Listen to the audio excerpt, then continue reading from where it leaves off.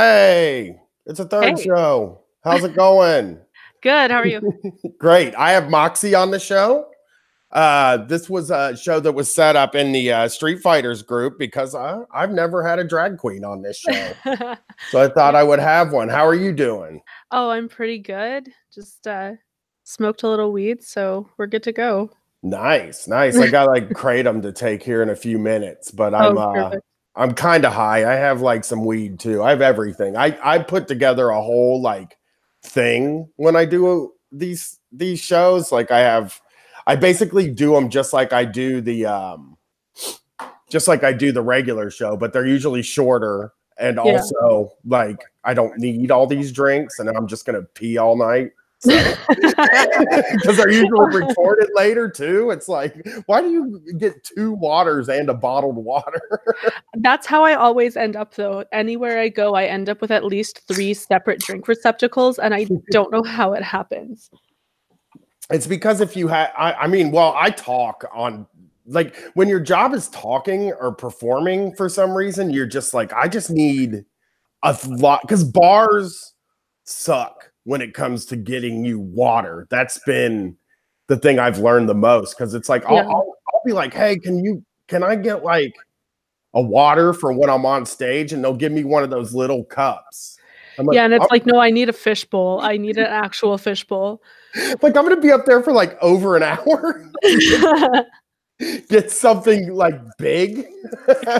Right. I need So that. yeah, I had this idea on the show that was really gross that I'm sure people cringe when I said it, but just that like I'm such a disgusting human being that if you put a trough in there with some straws by Oh, it, I listened to this episode the other day. And I was like, no, you know what? That's fine. I'm okay with that. I'm just always I'm so every concert I've been to, every bar I go to, I dehydrate Adam because there's nothing to drink. Yeah, well, and then like they're not bringing you water. They also get mad, or like not mad, but like, the bartenders aren't super pumped when you're asking for water. So I just get a drink and water every time. And then I just get more wasted. And it's honestly bad for my health. But here we are. Yeah, but it's fun. And you hang out. Let's just get it started. So you hang out in bars a lot at doing like the drag queen thing, right? Yeah. So there are two bars that drag queens perform in like every weekend in Winnipeg, but there's one that's gay owned, and that's the one that I go to.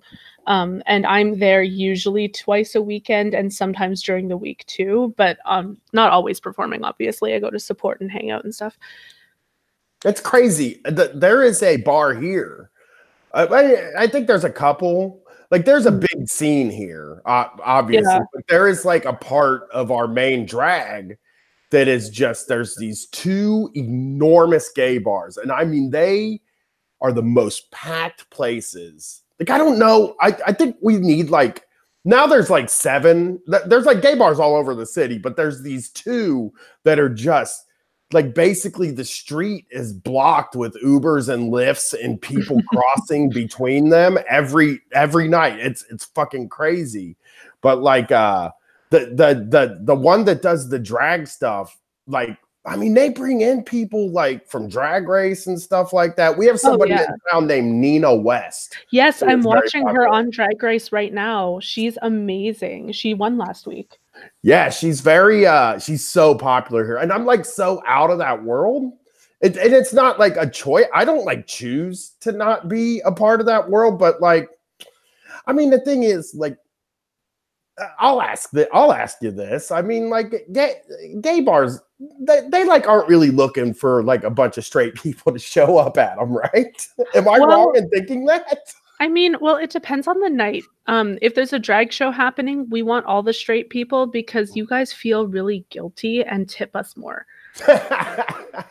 So, like, if there's a show happening, it doesn't really matter who you are. We want you in the door. If it's like a quiet night and there are a ton of straight people taking up space, it can get a little bit weird, but no one's mad. As long as you're not being aggressive, right? Like that's the main point. Yeah, because it feels in like I don't think I've ever.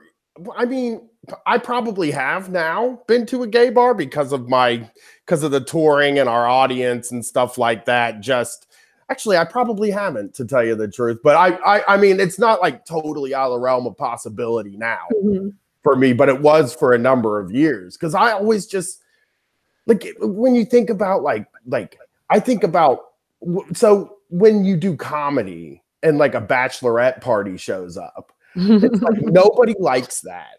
And it seems like the other thing that they do is go to gay bars. That's true. Most of the drag queens, most of the older drag queens that I know really love bachelorette parties because they love drag queens. And, you know, there's a lot of attention to be got there. But a lot of the baby queens that I know are like, no, you can stay away from me. This is like gaggle of women. Yeah, they're difficult. I mean, they're drunk. It's not. Yeah.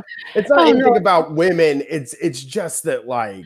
Well, I've been physically, like my physical boundaries have been like broken more by straight women than by straight men. Yeah, I mean that sort of. Sure. I think that does make a tiny bit of sense though, because I mean, like straight men. People don't understand. I don't think people get this, but straight men are like, I'm terrified of women, period. And like would be I mean, like especially terrified because drag queen is like an overt like performance. I guess there's just something that would make me very scared of it. You know what I mean? Like I would just be like, I don't want to mess, I don't want to fuck around. I don't want to do the fucking wrong thing. I'm just gonna sit here with my hands down and be good. But like I mean, you know, the white feminism thing, when you talk, like you see a lot of people talk about it, and it's like there is like a kind of privilege for straight white women have. Oh, yeah. Well, for sure. And like, because I navigate in a really weird space where I'm assigned female at birth, but I identify in my day-to-day life as agender. So I use they, them pronouns.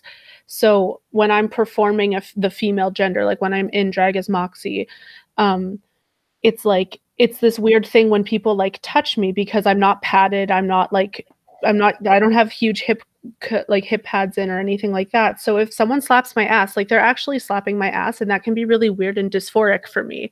So it's like, it's this really bizarre space that I navigate. Most drag queens, you know, are a little bit less weird about it. Yeah. Yeah. I mean, I definitely, I kind of understand. I do get that. It's like, I just don't, I wonder, it's so hard to know what the rules are, because it was also done sort of in the dark for a long time. I think drag shows have obviously always existed. Like there's like always been a history of them, but like straight people didn't like really do stuff like that until like fairly recently in any kind of large numbers. And I've read so many I've read a lot of articles in like gay publications that talk about like these bachelorette parties come through here, these straight guys come here and hang out and fuck around, and it's just like uncomfortable. And it's like, I don't know. You shouldn't. Here's what I think. We played a bar in Seattle, and it was really refreshing to see sort of, they laid out all of the rules right when you walked in. Like, this is an all-inclusive place. You speak to people by their pronouns that they feel, or the pronouns that they ask you. You know, it like had all the rules, but it does also feel like, why can't they just come in here and be respectful? Like, why do we have to post the rules? You know what I mean? Oh yeah, for sure. The bar I go to, Club 200, they have a similar thing. Like they have the no ableism, no sexism, no transphobia, no racism, etc., and like list everything tolerated. This is an inclusive space. And then before every drag show, we also do house rules so that nobody is like, why are all these people standing at the stage giving the queens money? What does it mean when this happens? Like, why can't I walk, or why can't I get on the stage? Like, what's going on? So we want to make sure that everyone's as comfortable as possible. That's really cool. To me, I think that's really cool because like, I don't like, me and Brett have to do rules, not rules necessarily, but we want a different vibe than a comedy show. So we always tell them from the stage, like, y'all can yell, you can boo, you can whatever you want, just do what you feel like is right. And that's generally got people to feel a little more comfortable, and like letting the audience know the boundaries right at the beginning makes for very good audiences. Well, yeah, it makes for the people who are going to do foolish things don't end up doing foolish things, but then the people who need some parameters set, or people who are like anxious and don't know how far they can go and what they're like allowed to do, they have like, this is what everyone else will be doing, so if you operate within these bounds you'll be fine. And I think that's really helpful. So again, I've never seen Drag Race, and I've like no familiarity at all with any of it. So what is a show like? What is a typical show that you do like? Well, a typical show for us, because Winnipeg has a lot of drag right now, actually, where like our scene is just ballooning. It's amazing. Our shows are usually hosted by one queen or a group, and then they'll invite some people to come perform, and they'll also open up the set list so that volunteer performers can come out. Whether or not you get paid is a matter of, who's hosting and if we're doing drag for charity and whatnot. And then basically you get a bunch of queens. Maybe there's a theme, maybe it's just a night of drag, and they all do a number. There's usually an intermission in the middle. Usually, because bars here close at 2 a.m. So you'll usually start around 10 and then have a couple hours to dance and stuff like that. Okay, so it's like, do they sing and dance, or is it just sort of like dancing? It's mostly lip syncing and dancing and whatnot. We do have a couple of queens who sing live, which is really cool. It's pretty much anything you want right now. Like it's a little bit of a free for all, which is amazing. Would you say it's sort of like an open mic kind of situation, or is it like is the show written kind of before, like when you get there that night, what's going to happen and who's going to do what? Or is it more free flowing and it's like, it just depends on who shows up and what their plans are for what they're going to do? It really depends on who's hosting the show. Cause I have a little trio. We call ourselves Slunt Factory, and we host monthly events. Slunt is a combination of the word slut and cunt, for anyone who's listening and cares. Because that's the first question I always get. First time those two words have ever been said on Street Fight, I think. Sorry. That's fine. Hey, I didn't say it. So Slunt Factory, when we run events, we select our performers, and then, we have like a little group, because it's Slunt is an initiative to give young queens an open platform to perform. So we'll usually have a monthly theme. Like last month was, we called it Boob Tube, and it was about like TV, movies, video games, that kind of thing. We've had a Legends night. We did a Halloween show. So we'll get the performers to send us their numbers in advance so we can check for duplicates, and we can make sure all the levels are good for the DJ. And also so that we can like plan out the show in a way that makes sense to us. But no one's selecting numbers for performers. And there are shows where people will just be like, okay, on Friday, just come out and do a number, and we'll fit in as many people as we can. And then you show up literally with like a CD or a USB drive, and you're like, okay, this is the song I'm doing. And then you get put in an order at random. So I guess like we actually talked about what we're going to do. And this is kind of, I wanted to get like a baseline for what a show was out there, because for me to understand. But sure. I think like what I really want to learn about, I guess, is like when did you decide that you were going to do this? Especially like, I mean, it's sort of, so you were born female and then you're non-binary, basically. Yeah. So you were born non-binary, but you know what yeah. The term we use is AFAB, so assigned female at birth. Okay. That's thank you. Like, oh yeah, no problem. That's like kind of the easiest way to put it. I've never heard that one, so I will use that from now on. So anyway, how did, was it had to be hard to kind of get into this, to get into this at the beginning? What was kind of the earliest part? What was the earliest that you decided you were going to take this out? Like what was the process in your mind I guess let me describe that. Like, so I've been doing a podcast for about 2 years, and then I decided this isn't going anywhere. I should try stand up so I can get in front of people and find out what people like. Called Brett, I wrote a set that was 5 minutes and timed it relentlessly over and over again and set it into a mirror. And then I called Brett and had him meet me at a bar. And I signed up for an open mic and I did it my first time. Like that was the whole process to get me into. What was your kind of process to get started with this? Well, like I've always performed. So I danced from when I was 5. There was a break in the middle for like 4 years, and then till I was like 17. So being on stage was something that I am already really comfortable with and that I really enjoyed. I came out as non-binary in, I think, 2014. And then I started watching Drag Race not long after that. And I watched season 7 was my first season. I don't know if this is important to anyone except for like the one Drag Race fan who has crossover with Street Fight, but season 7 was my first season. And then I went back that summer and rewatched all the previous seasons except for one because it's like impossible to find. But then there was this one lip sync in particular, one of the queens, because at the end of every Drag Race episode, they do like a lip sync battle. So there was this lip sync to MacArthur Park by Donna Summer, which is this, like, I had never heard the song before, but it starts off so dramatically, and then it just goes into this weird disco number about cake being left out in the rain.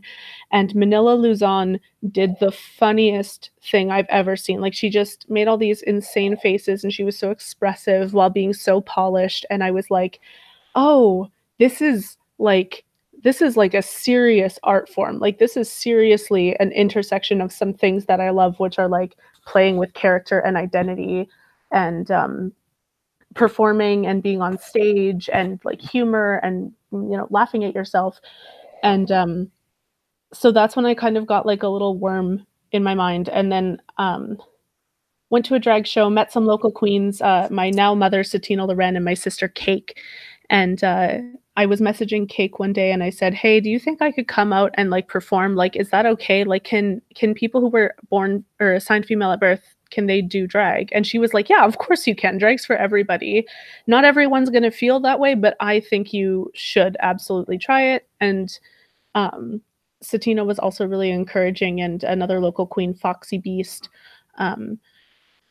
They were kind of like my entrance. So I started practicing makeup and going out in half drag, like just with a face done.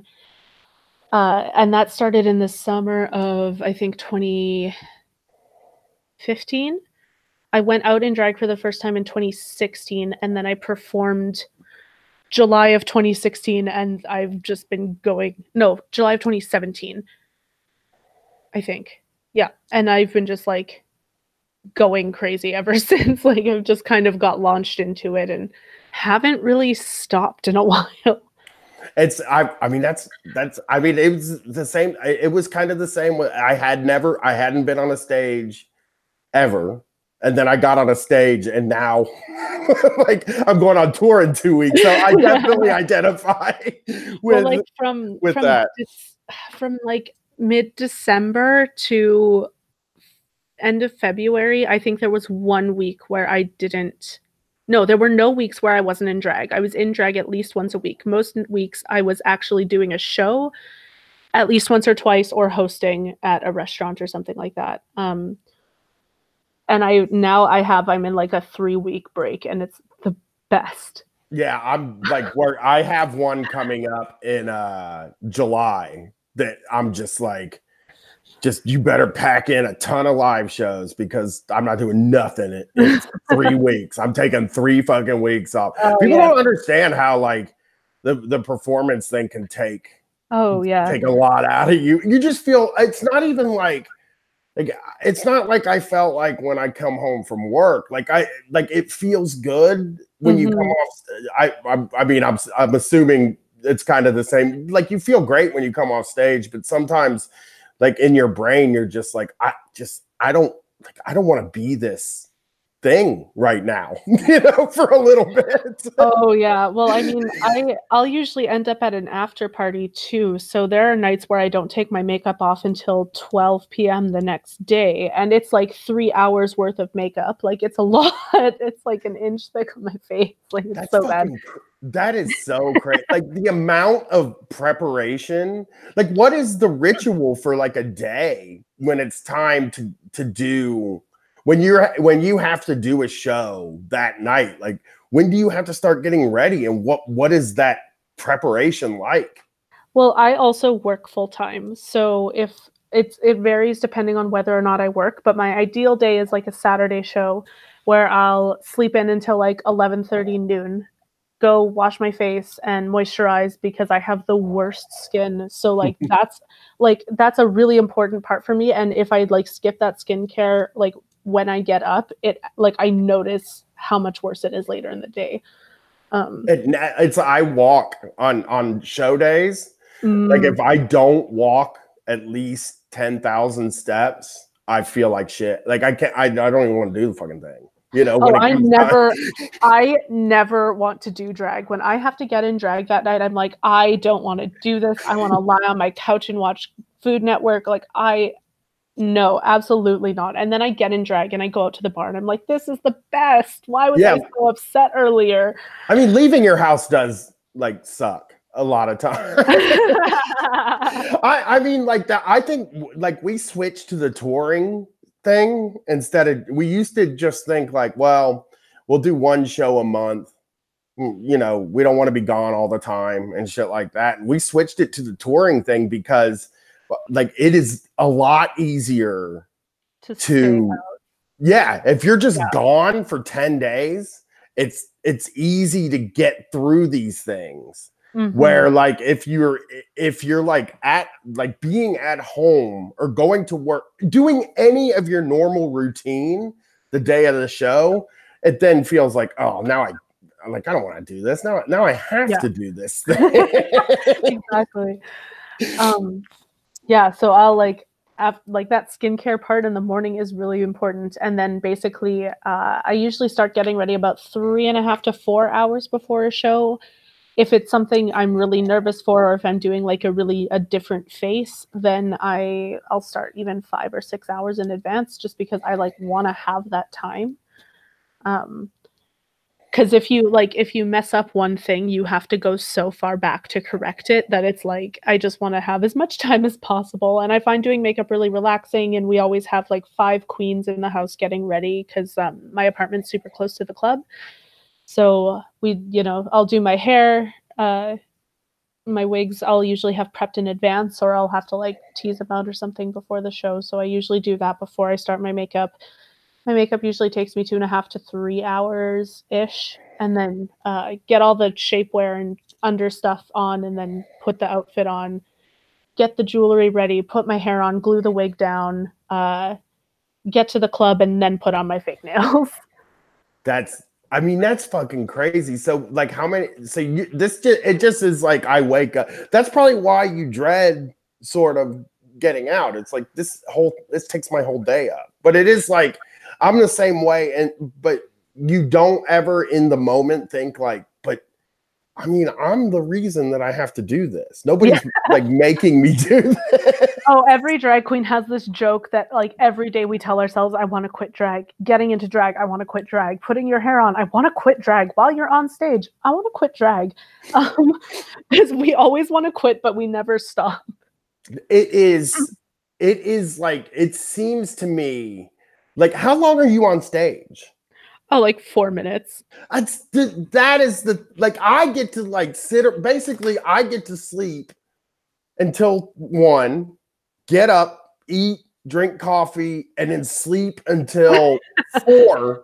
And then I just put on like jeans and a t-shirt, and I get to be on stage for like an hour and a half. So it feels like really, but I mean, that 4 minutes is intense. That has to be intense, right? Oh yeah, because you're also not singing, so like you really go for it a lot of the times. I do a lot of really emotional numbers. I've been doing a lot of ballads lately, so I get really into my feelings on stage, and that's exhausting. What Like, kind of songs do you do? Are there songs that I know? Because I think here's something, and like, look, I'm really sorry if this is like super offensive or anything like that, and I no, you're fine. totally want to apologize for this, but every time I walk by a gay bar or I'm like near one, I'm like, I can't, like, I could never go there because like the music seems like way too much for me. Oh yeah. I do not have what I would consider a drag queen's taste in music because I was raised by like two parents who loved prog rock. So I'm really like my heart and soul is in dad rock land, and also I did a classical music degree. So I love like orchestral music. So a lot of the times I'll be in a club and I'll just be like, I hate this song. I hate this song. I've never heard this song. And then there's like one Carly Rae Jepsen song that comes on and I'll just lose my mind and then go back and sit down. It's just like, to me, at least when I walk by, it sounds like doom, doom, doom, doom every single time. And I'm like, is there like a gay bar that plays like Bob Seger or something like that? Not that I'm like a huge Bob Seger fan, but like there's got to be like I'm sure that if like I was gay, I would know if there was like a range of different. There has to be a range of different types of bars, but the one that does the drag shows is like a lot of techno. It's like because they have techno artists come through town too, and they play there. Yeah, and a lot of drag queens also DJ, and mostly for stuff like that, they really want to keep people dancing because that keeps them drinking, so spending money, and like partying and having fun. So like they'll play like I don't know. Here we have the two bars. They're Club 200 is sort of for older gays sometimes, but like they'll play like the pop hits and stuff like that, and like 90s pop and things. When we're dancing anyways, we don't have a whole lot of straight like techno and EDM. Yeah. Well, that's what kind of, so what is like a comment? What's your favorite song to perform to? Oh, well, I have only ever repeated a number twice. I've only ever repeated two numbers. So I guess my favorite performance, I have two favorite performances I've ever done. And one was to this song called Do It All the Time by I Don't Know How, But They Found Me. It was this like weird song, and it's just this like kind of robotic type of thing. And I did, do you know Cybergoths? I'm not sure if this is like I do not, but there's listeners that know Cybergoths. Yeah, so I made Cyberlocks, which is like hair made of this like mesh tubing. So I made like this hair piece and I wore crazy contacts and I just like went my full goth fantasy and did this like really kooky weird number. And it was nothing like anything I've ever done, and I was so proud of the look too. But then the other favorite song I've ever done was Is That All Right from A Star Is Born? Because I did it for my drag mother, one of my drag mothers, Satina Loren, when she was stepping down from her title as Miss Club 200, which probably sounds like a bunch of nonsense, but like pageants and titles are a big part of drag here. Well, earlier you said like there might not be a ton of crossover between Drag Race and Street Fight, but I will say that whenever we talk about wrestling, people are always like, well, that's like Drag Race, basically. They're sort of the same thing. So I'm not into wrestling at all, unfortunately, but I made a note. I have to tell you about my drag granny. Her name is Lita Tequila, and she's named after the wrestler. Hold on. Lita. Okay. I know who Lita is. Yeah. So, she like named herself after Lita Tequila, and she's like Winnipeg's original like demonic horns like creature queen, and she used to actually wrestle. Yeah. I mean, so they go out and do kind of a performance and they're dressed like, well, they're barely dressed, but they also have to, talk to the audience and they have to like put on a show. So I do get the impulse to want to do like, it's really neat to think of doing a larger than life character to me. Is that a lot of what drag is this you like wanting to do like does it feel like a bigger type of person, like a person that like you could never be all the time, but that is it kind of a wish I was kind of thing up there, or is it like a character that you made up and you're just like, I'll do it, you know? Some people have a really defined character who's like not a separation, but like one facet of their personality. But for me, Moxie is everything I wanted to be as a little kid. Like Moxie is confident. Moxie looks however she wants. Like she can do anything. She's never afraid to perform. She's bubbly and she makes friends easily. Like Moxie is everything I wanted to be as a little kid, but I was too depressed and anxious to be. God, I mean that I feel I feel such like a kinship with you, because that, I mean, the thing that I do on the show is kind of, I wanted this confidence. I wanted to be this person. Yeah. Like I think a lot of people think that I am I mean, Murder Brian is like sort of a, it's not really a character. It's not as much of a character as I think. So I think some people think it's a lot more of a character than it is. It's, I act like I do on the show all the fucking time, but I don't talk as much in real life. But like there's an amount of confidence on the radio or on stage that like I just wish I was able to say kind of the things that I'm like, the things I say proudly on Street Fight, the oh, I like corn, even though it's like not cool to like corn, or like, you know, oh, I'll fucking eat your fingernails or something like that. Just like having this confidence to say whatever you want is just like this really empowering thing when you're standing, like it feels so good. And when you're a kid, you just, I mean, teenagers just, they do not know how forgiving the world actually is, or like do you find that audiences are pretty, I mean, like audiences aren't going to come and scream at you if you mess up. Like I think people think audiences are so scary, but they're really not as scary as people think. Well, this is how I look at it, because like I said, I did a degree in classical music. So classical music audiences are there for perfection, and they're there to like pick apart everything. And I'm like this as a classical music audience member. When I watch the orchestra or whatever, I'm so picky, and I'm so like, that was out of tune, or this conductor makes no sense, or whatever it may be.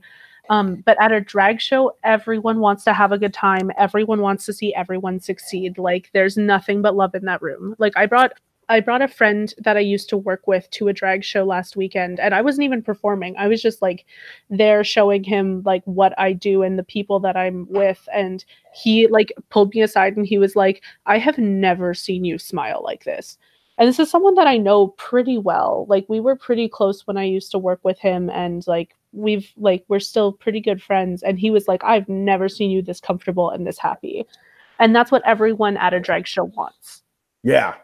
Yeah, it is a really beautiful thing, because it is people accepting, like it seems to me from talking to you that it's people living like the fullest of, like living the full, they're living fully realized, which is something that I believe I want, like that.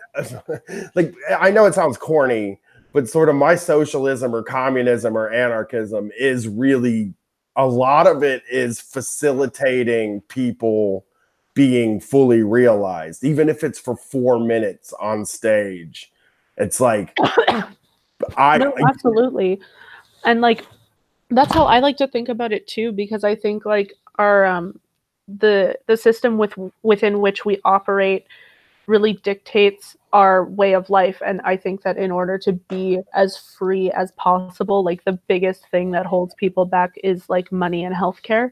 So like I really do think like if we just socialized everything and, you know, gave people a income and whatnot, I think people would be able to be more authentically themselves, because like drag has a huge cost barrier.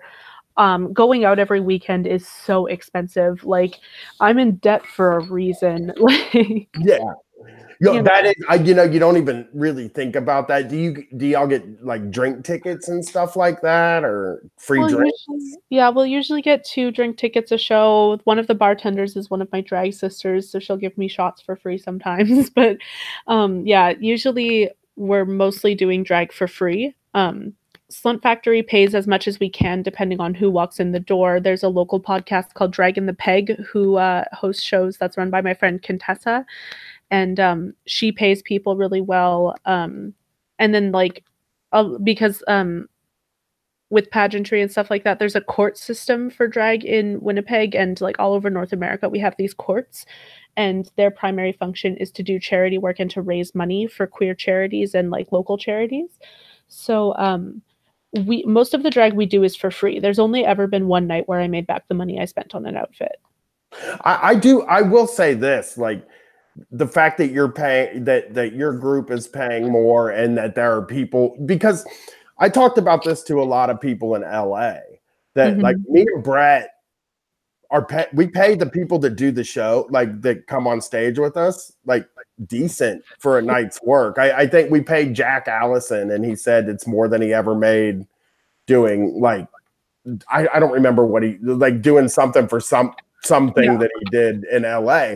And like I think it's up to us to change, not me and Brett, but like it's up to people that are performers that are coming up now to change that expectation of what you should be paid, because it isn't fair, to me at least, it isn't fair to prey on your passion to get you to take nothing, you know, like, so like it is admirable that you pay what you can, because like we try to pay as much as we can to the people that perform with us, because we want to make a thing where like it's customary that you pay the people a cut of what you make when you get the door in the end. Because like if we don't start making that, then artists just don't ever get paid, you know, like if we don't do it, then we can't expect other people to start doing it too. You know, like trying to make comedy trying to make the economy around comedy something new is like something that's really important to me. And it sounds like you're taking that with drag too. Oh, absolutely. Yeah. Like with both Slunt Factory and Drag in the Peg, like one of our parts of each of our mission statements is to make sure that performers are compensated fairly. And like part of that does lie on the performers getting people through the door, but also the more people who come through the door, the more you tip. Or the more you get in tips. Like I've come out of gigs with, you know, $60 to $70 of tips. I've come away from gigs with, you know, $20, like whatever, however big the audience is. But when you get those people through the door, then we get to pay you. And that's what we want to do. Like we want to create these fun, big shows where everyone gets to perform and try out their art, but also get paid for it, because there's a lot of charity gigs in Winnipeg, and I'm fine with that. I'm fine with doing drag for free. I would still do it if it was for free, because like it's catharsis. But to be able to pay people is just something that I really am proud of. Yeah, I don't think we ever thought we would quit doing this if we didn't start making money doing it. But I think we had kind of felt like if we're going to pay to do this, we probably aren't going to do this forever. You know, it was just like, and I feel like there are a lot of people like you said, there's a high cost of entry to drag. There's a high cost of entry to like a career in comedy. Like we ate shit for like a year. We didn't make any money on those tours. We were paying to tour. And we just this year started making money on like figured out how to make money on live shows. Yeah, and like the 3 founders of Slunt Factory, we never take a cut. We always just pay our performers what we can, pay the DJ, pay whoever was taking the photos, and then just put the money into a coffee tin and don't touch it, so we can hopefully book bigger acts one day. Yeah, that's great. Like, so what is that kind of national touring drag thing? What is that kind of scene like? Because I see national touring drag acts come to Columbus all the time, so I know that it's happening. But how many of those acts exist? How much opportunity is out there for that kind of thing? Oh, you have to be really famous. Like you have to have either been on Drag Race or you have to be someone who's already existed for like 20 years. Like I think I'm trying to think of non-drag race queens who actually go on tour. Like there are some who will get bookings in other cities depending on who they're friends with and things like that because like getting booked in drag is all about who you know and it's all about who can get you your name to club owners and things like that. So I don't know, I can't name off the top of my head any queen who's touring that hasn't been on Drag Race. That to me, and it's just because like Drag Race is this hugely popular show that I guess like that is sort of the entry into the major leagues in a way. Oh yeah, But and it seems to me, I don't mean to cut you off, but it seems like those shows are pretty. I mean, when I drive by and when I was doing Lyft, it felt like people were really piled into those buildings and like overflowing out into the parking lot. It didn't, to me, it didn't, it looked like something that was definitely making the bar money. You know, like it's very weird to me that or it's not weird, but it's just like it seems like a really popular thing. It doesn't seem like an unpopular thing. And it seems like people go to these things. Well, so it's like, why isn't there more out there for you? Well, there's like a huge difference in a Drag Race queens crowd and a local girls crowd because a lot of people who watch Drag Race are either too young to go to bars or they are you know, they're straight people. They're not going to the gay bar on a Friday night, or they don't know that we're out there, or when they do know that we're out there, they don't want to pay $5 to come see us. Like, because they think that drag is Drag Race. They don't have a frame of reference for what drag actually is, like like cheap, gross, dirty garbage people turning it out on a stage for $20. Like, okay, so it is kind of. I don't know. I'm like trying to get kind of a handle on an average show, and it really does. Yeah. Like it feels to me like it is like has a really good analog with things like comedy and wrestling, where there's like a big group of people that make a whole bunch of money, and then there's another group of people who make a little bit of money, and then nobody makes anything underneath that, and like I just want to say to you that like we somehow slipped through those cracks, and it is like not impossible to figure out some weird way to get through the cracks and not really do it the what people call the right way, you know, because I don't consider myself a stand-up, even though I do sold out shows on stage with Brett in front of 100 to 200 people in every city we go to, but it's like I don't consider myself a stand-up because I didn't follow the ladder, and like I just kind of made it a sideway up there, and like I feel like there's probably so much space out there for people who are trying to do it a way where the resources are being spread a little more evenly. I mean, are the clubs making pretty good money doing it, or is it? I mean, like, I know that I always felt like there's no way a bar makes money on an open mic comedy night because the only people drinking there are comedians. So there's no way the comedians are making money. Like, are there a lot of drag queens that come out and like basically just use this as an excuse to get fucked up 3 nights a week? Oh yeah, absolutely. I will issue a slight correction to myself because I didn't mention Dragula, which is an alternative drag reality show competition thing done by the Boulet brothers, and it streams on Now TV. There are queens from that who tour as well, but still they've been on TV and they've been involved in a franchise and they've been marketed and branded by people who are professional marketers and branders. I have to see your show now. I have my passport papers sitting on a table right now, okay?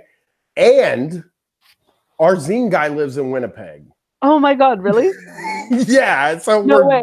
definitely probably going to go to Winnipeg at some point. Oh my God, that makes me so happy. Because I've never met the guy that does our zines in person in my life. He's a cool guy. I text with him 100 times a day, but I've never met him. But he lives in Winnipeg, and he said, if you guys ever need a venue in Winnipeg, let me know. I'll try to find you something. And we're getting our passports, and we plan to get up there in the next year or so. So I will see your show before I see. I mean, there's almost no way. We got invited to a burlesque show that was a drag burlesque show. But like we had our kids with us. We were in Chicago and we had our whole families and our kids with us. Yeah. And like I don't mean to be a jerk or anything, but like I can't do burlesque.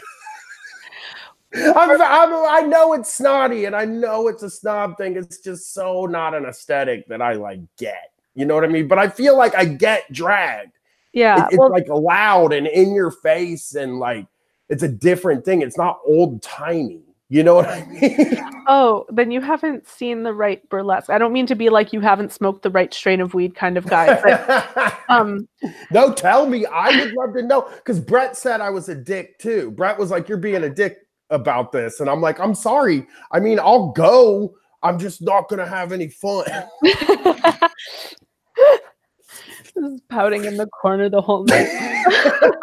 I'm sure it would have been fun. I'll bet you money I would have ended up having fun because I'm just like, it's hard for me to go out and not have fun. But again, we had a bunch of kids with us and our wives and shit. And it was just a ton of fucking, it would have taken so many like hoops to jump through to get to it. And then it was like, we had to perform the next day. And it was just so much. And but like, I felt sort of like guilty afterwards because it's like I've never seen burlesque.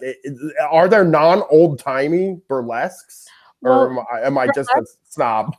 I'm not exactly sure what you mean by old timey, but for me, one of the main tenets, and like there are just straight up sexy burlesque numbers where they're just stripping, and like that's one thing. The burlesque that I really like is when it's funny. Like there was a burlesque show in town that my roommate performed in. I didn't go to it, but it was a Christmas show. So this one dancer came out for her solo number wearing a present box, like a huge cardboard box over her. And then instead of doing the thing you expected her to do, which is taking off the box and she's not wearing much underneath, she strips off the front ribbon on this box to reveal nipple pasties on like literally the cardboard box, and they have tassels and they're like swinging around, and it's about humor so much of the time, and that's why like drag and burlesque marry really well together. Okay, I'm gonna be less snotty. I really should go see drag. It's so weird because like, look, up until 8 years ago, or up until 3 years ago, right? I think I had a perfectly valid excuse, but like so many of our listeners are part of that scene now. Like, like. I know people think that this is just a bunch of straight white dudes that listen to this show, but it's like if you're reading the interaction, like there are a lot of people that are inspired by this show because it's like two straight white guys like being inclusive. I've heard people say it, like the type of people that they wouldn't expect. Well, like literally the first time I heard you guys say guys, gals, and non-binary pals, I actually teared up because like it was the first time I'd ever heard somebody say something like that in such a a place where you wouldn't like, not to be like a dick to you and Brian, or you and Brett, Jesus. But like you don't expect purposeful inclusion from like older straight white dudes, and older in scare quotes because but like it's just like I didn't expect that you would be like weird about they them pronouns and non-binary people, but I didn't expect ever to hear purposeful inclusion, and that was just such a huge deal for me. Right, and we've heard, I mean, it's just since this show started, there's been like really surprising amount of women very early on like grabbed onto it, and like I should like go out and do things like I should go to these places, like I should do these things just because like like I am welcome at a lot of places that a lot of like straight white dudes that are 40 aren't welcome at. And like, I don't tend to take advantage of that kind of thing. And I do want to see it. I'm like really interested in, especially after talking to you, I'm really interested in what it like, kind of what it is. It to me, it always seemed like a really loud performance. But now I think of it, I really think of it as, like you said, it's catharsis, and it is a person being their full 100% confident self who may not even be that. Like I just think about, like, I mean, I don't know if this is true, but I'm sure they're like super shy drag queens, which to That me, was me. That was 100% me. The first year or so I was going out, even when I was performing, I would leave at like 11:30, midnight, and I didn't really talk to people because I was like really nervous about how to interact with other queens and how to cross those boundaries, because everyone was like felt a lot older than me. But now I'm like the loudest, most ridiculous person. But there are queens who are sober, there are queens who are really quiet, who leave gigs really early, and it's like it's a place for everyone. did you the first time you did it, did you like run out afterwards? No, Okay. because I had performed since I was a small child, so Okay. I'm used to sticking around even when I'm like panicking after a performance. When I first did stand up, I ran out of the room like I had just stolen something and jumped in my car and drove home as fast as I could. Oh man. I was so nervous. Do you remember it at all? Like, do you remember that performance while you were doing it? It's weird. Like, I remember thinking I can't see the audience because the lights like are beating down in your face, and that was something I didn't expect. And I just know I did 2 minutes, and I was supposed to do 5, but I did 2.5. I did my 5 minutes that I'd relentlessly practiced in 2.5 minutes and just got off the stage. It was so scary. And I remember thinking, like, I don't know if you've ever felt this, if you felt it like this that first time, but it feels almost like vertigo. If you feel dizzy, like the room doesn't look, the nothing looks right when the first few times you come on stage. It's like the whole, I don't know,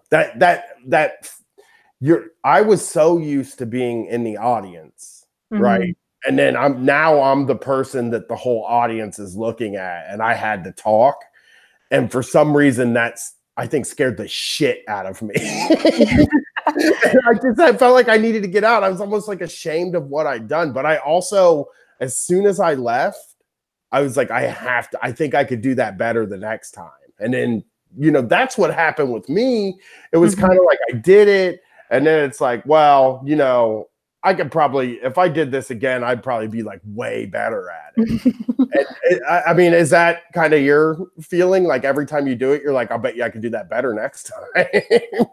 It depends on the number. My first few times, it was definitely like, yeah, okay, I'll do better next time, do better next time. And then when I sort of figured it out and like learned to walk, there are some numbers that I've been like not super pleased with, just like, oh, that was crap. I don't ever want to do that song again. And then there are some numbers where I'm like, I wish I could do that song every night. Like, this is the best thing ever. And I know next time I do this, I'll do it like, I'll do this instead of that. And I'll like pick it apart in my head and like excitedly like improve upon it and like critique myself and things like that.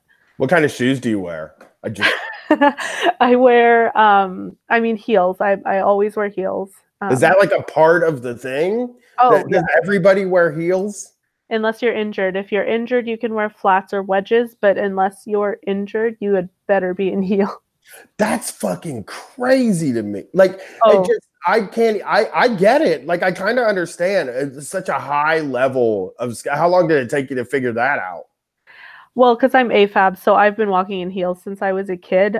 Dancing in heels is a little bit different, but getting really good shoes helped with that.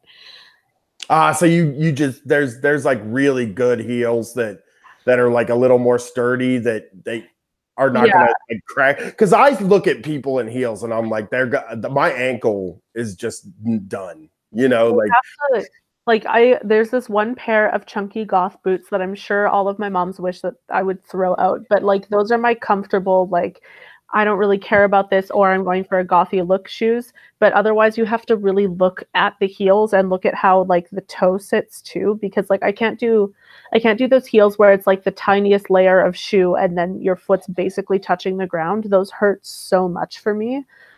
Because I have no arch. So I need like a really big platform, and then I can pretty much, as long as it's a well-made shoe, I can go pretty tall. God, my wife used to wear chunky goth boots, and her mom hated them. Like always mad about them. When we first started dating, she wore a lot of like really chunky boots, and her mom was just like, "Oh, you wearing those fucking Frankenstein boots?" And like would just get in her shit all the time. Oh, that's so good. Oh no, I sent one of my drag moms a look the other day, and I was like, "Oh my god, I need to create this," and she was like, "You do not, no more chunky boots." I mean, like, how many goth drag queens are there? Are you There are like some. I've never seen one before, so you're the first person I've ever heard mention that there are goth drag queens. Well, because like a lot of drag has its roots in like filth and really gross stuff. So like Sharon Needles won season 4 of Drag Race, and she's pretty like gothy vampiric monster. But if you really want goth drag, you have to watch Dragula, because the stuff they get up to is disgusting and it's so cool. It's like horror, like actual like horror makeup and prosthetics and like all this insane amazing art. That just kicks ass. That's so fucking cool. Well, it was really great to have you on, Moxie. Tell people where to find you, especially in Winnipeg, and go to these shows and tip a bunch of money, for fuck's sake. So you can find me on Instagram and Twitter at Ms. Moxie Cotton. So MIZMOXIECOTTON. And you can find Slunt Factory on Facebook and Instagram. We're at Slunt Factory. Thanks for doing the show for me. I really appreciate it. It was very fun. Thank you so much for having me. I've wanted to like talk to you for so long. Like it was great. We'll do it again sometime for sure. Totally. And I'm hoping to get up to Winnipeg. Yes, absolutely. Have a good night. I will see you later.